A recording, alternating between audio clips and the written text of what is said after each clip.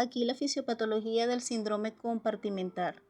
Podría el experto o traumatólogo que debe tener toda buena investigación del Ministerio Público y médico forense corroborar esta información y explicar cómo ocurren estos eventos en la articulación. ¿Acaso tengo un riesgo bastante elevado de tener complicaciones a futuro por la hemartrosis no drenada en su momento?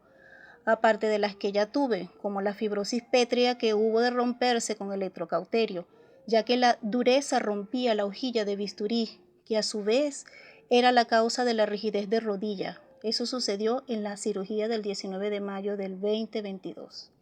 Además de las secuelas que ya hoy tengo por no haberse reparado a tiempo el tendón cuádriceps, tendón rotuliano y ligamento colateral lateral. Me gustaría conocer la opinión experta de un traumatólogo que sin engaños antiéticos me diga la verdad de mi padecimiento y deje de proteger a los que me ocasionaron tanto daño, porque si ellos son su colega de especialidad, yo soy su colega de profesión. Tengo la razón y me dejaron secuelas gravísimas y como paciente tengo derecho a conocer la verdad en mi caso. Cuando se hacen las cosas bien, se recoge una información fidedigna en la historia clínica. No hay otro camino que el triunfo con un diagnóstico de certeza que asegurará en beneficio del paciente un tratamiento correcto. Si los médicos traumatólogos del Hospital Israel Ranores Balsa me hubiesen examinado con el mecanismo de producción de la lesión, rápidamente hubiesen conocido los elementos que posiblemente estaban dañados en mi caso.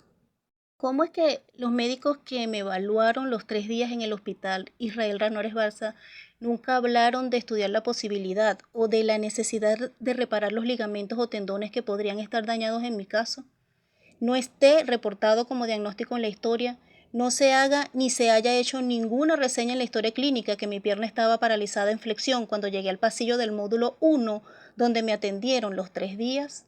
¿Acaso no sabían que al no poder mover la pierna lógicamente no estaban frente a una fractura simple de rótula de resolución electiva? ¿Por qué se pelotearon mi caso como si yo fuera un objeto y no una persona, colega y compañera de trabajo?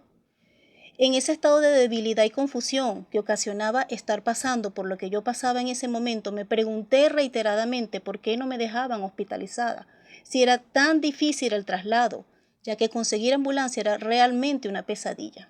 También me pregunté muchas veces por qué no me operaban si tenían todo el material necesario, porque todo cuanto pidieron se compró de inmediato apenas lo solicitaban. Porque aquel médico que me conoce desde que trabajé en Fundaclub en la gestión de su esposa me vio y reprendió a los residentes por las cosas que no habían hecho ese 3 de junio del 2020, luego no lo vi más y no me operó, y bajo falso testimonio dice que él nunca me vio. Y ahora me pregunto, pues no sabía que estaba de guardia y que también conoció mi caso, ¿por qué aquel médico que conocí en mi época de estudiante de medicina, quien además me cortejaba, tampoco me evaluó presencialmente en honor a que me conoce desde hace tanto tiempo y tampoco por caridad me operó?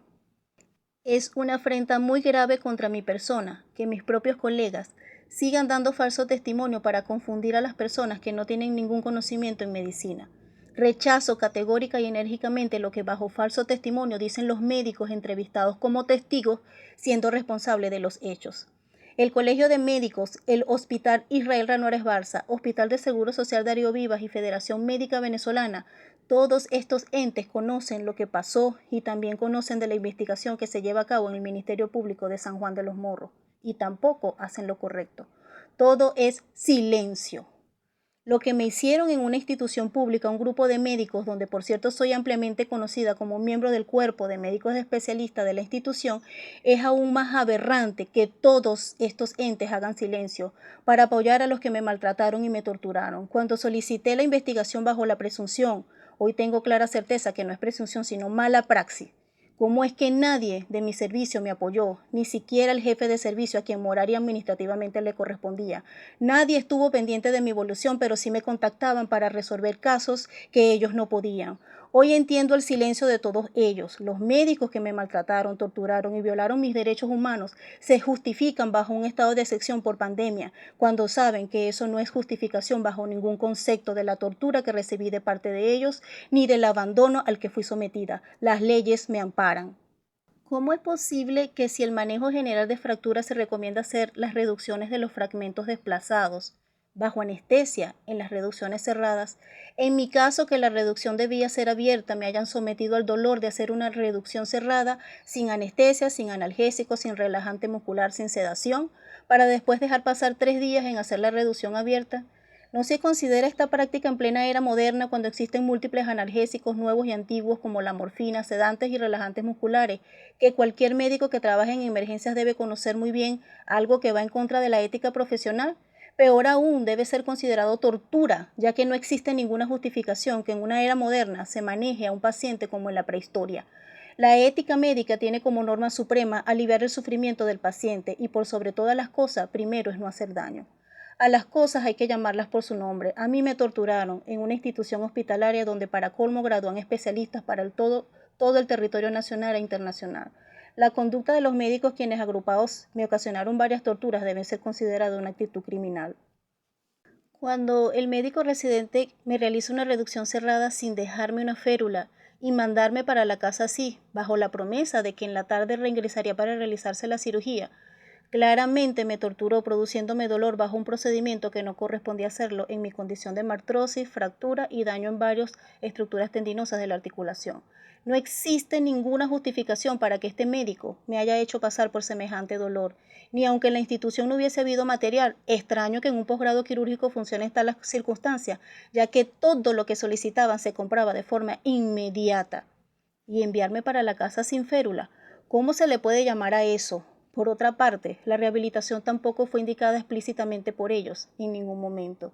Si no es porque mi médico fisiatra, que me conoce por mi fibromialgia, estaba pendiente y porque me atendió la emergencia en mi casa para el traslado, quizás no hago rehabilitación y ellos se hubiesen escudado en eso para decir que toda la responsabilidad es mía y no de ellos, bueno, como de hecho lo hacen. Ahora bien, la fractura era evidente en la rayos X, pero el daño en los tendones y ligamentos se podía conocer en el examen físico. Un rotundo sí. Mediante el mecanismo de producción de mi fractura, haciendo un buen interrogatorio, llevaba al diagnóstico con certeza que mi fractura del 2 de junio del 2020 no era una fractura bipolar simple de resolución electiva. Era una fractura desplazada, complicada con hemartrosis, debida a ruptura del ligamento colateral lateral, desgarros de los retináculos, ruptura parcial de tendón rotuliano por avulsión. Bajo estos diagnósticos, la conducta sin duda era de emergencia en un paciente normal. Imagínense en un paciente que es colega y que trabaja en la institución donde está siendo atendida. Con mayor razón no debía ser de emergencia. Mi caso era de emergencia y además ameritaba la vocación de todo el servicio de traumatología y anestesiología, si de verdad querían honrar los lazos de fraternidad que nos une y que dicen en falso testimonio haber cumplido conmigo. Siendo esto una soez mentira y una burla para mi persona, que como paciente y como médico puedo claramente reconocer que se pelotearon mi caso, conocido en el argot médico cuando todo el mundo le saca el cuerpo a un caso difícil. Tanto fue así el peloteo que una vez operada fui expulsada de la institución recién operada. No se puede considerar alta médica, reitero, cuando nunca fue ingresada formalmente, no se egresa paciente a las 12 de la noche, no se egresa paciente sin su respectiva boleta de salida y resumen de egreso. Con base a lo anterior, ahora entiendo el porqué del abandono durante mi convalecencia, porque nadie quiso saber nada más de mí. Es que sabían el desastre que habían hecho en mi rodilla. Al parecer, haciendo un análisis retrospectivo, la posición en flexión que presenté en el momento de la evaluación inicial en el hospital Israel Ranores Barça el 2 de junio del 2020 se debía a una luxación de rótula, que para un traumatólogo no experimentado pudiera haber pasado desapercibida, pero que si se hubiese indicado un estudio de imagen más sofisticado como una resonancia, claramente se hubiese llegado al diagnóstico en el momento y no de forma retrospectiva como estoy haciendo yo hoy día. La rayos X frontal del 3 de junio del 2020 muestra una rótula luxada, alta y medializada. Por otra parte, esa misma contractura del cuádriceps en flexión paralizante tendría que haber hecho sospechar categóricamente ruptura de tendones, cuádriceps y o rotuliano. Al tomar mi caso sin la seriedad que meritaba la emergencia en la que me encontraba, me ocasionaron muchísimo sufrimiento que nunca debí padecer y que me ha dejado secuelas gravísimas que me mantienen incapacitada para realizar una vida normal. Con base a esta clasificación de las fracturas, en mi caso, ese 2 de junio del 2020, mi fractura era cerrada, inestable por desplazamiento, intraarticular y viable, por ende, una emergencia. De tal forma que, juzgando el diagnóstico de ingreso, fractura bipolar de patela derecha, con todos los elementos que se debieron tomar en cuenta antes de emitir ese diagnóstico, y que no se tomaron en consideración por todos los médicos que me atendieron, es por la cual la conducta que tomaron y con la cual emiten el Plan Maestro de Fijación Interna de Cerclaje de Obenque no solamente fue incompleta, sino que fue tardío. El hecho es que la historia clínica muy convenientemente falla en muchísimos aspectos diagnósticos y terapéuticos para conducir a cualquier médico que tenga la oportunidad de leer, incluso un traumatólogo, cegarse para decir que para el diagnóstico correcto se usó la técnica correcta. Queda además invalidado cuando analizas las únicas rayos X que fueron solicitadas en mi caso a más de un año de la cirugía. Es que tampoco dieron orden de rayos X controles después de la cirugía, porque supuestamente con el intensificador de imágenes la técnica había quedado perfecta, aunque solo se haya tomado una imagen frontal. Al inicio de la investigación nunca estuvo en tela de juicio la técnica, si fue o no la correcta para una fractura bipolar no desplazada de patela derecha. Lo que siempre se ha solicitado se investigue es la aplicación de la técnica que fue errónea. Cuando inició la investigación solo poseía la información de que la técnica fue mal aplicada al colocar los alambres de anclaje muy anteriores, lo cual llevó a una pseudoartrosis por no hacer funcionar, al estar los alambres de anclaje muy anteriores, el obenque, generando con cada flexión en terapia un mecanismo de bisagra que separaba las carillas articulares en la parte posterior mientras acercaba las carillas anteriores. ¿Alguien imagina el dolor que con cada terapia yo soportaba aún tomando opioides? Imagino que no. Si alguien imagina eso, no me escribiera privado tantas palabras carentes de total empatía y llenas de insensibilidad a mi dolor. Muy a pesar hoy corroboro que al pasar los días sin realizarse la reducción abierta y fijación con el obenque, me expusieron innecesariamente a la desvitalización de las carillas articulares, que claramente después de la reducción cerrada que se hizo en el módulo 1 sin analgésicos el 2 de junio del 2020, no llegó ni cercano a los 2 milímetros que requería, tal como se ve en la rayos X control del 3 de junio del 2020. Dejar pasar el tiempo deliberadamente me expuso innecesariamente a las posibilidades de tener una artritis temprana en la articulación afectada, riesgo que tengo ya por padecer síndrome de Sjögren. Además, habiendo quedado los clavos de anclajes mal posicionados, muy anteriores, favorecían el efecto bisagra en cada terapia, por ende, la formación de una artrosis. Por el tiempo que pasó sin yo conocer esa condición, esos bordes sin contacto idóneo para la formación del callo, pero que mejoró con la decisión acertada del experto en rodilla de suspender las flexiones forzadas y trabajar en cambio la extensión, que también para colmo estaba comprometida, aunque no eliminó el riesgo que ya se había generado, al menos evitó más daño de los que ya me ocasionó aquella mala cirugía del 4 de junio del 2020.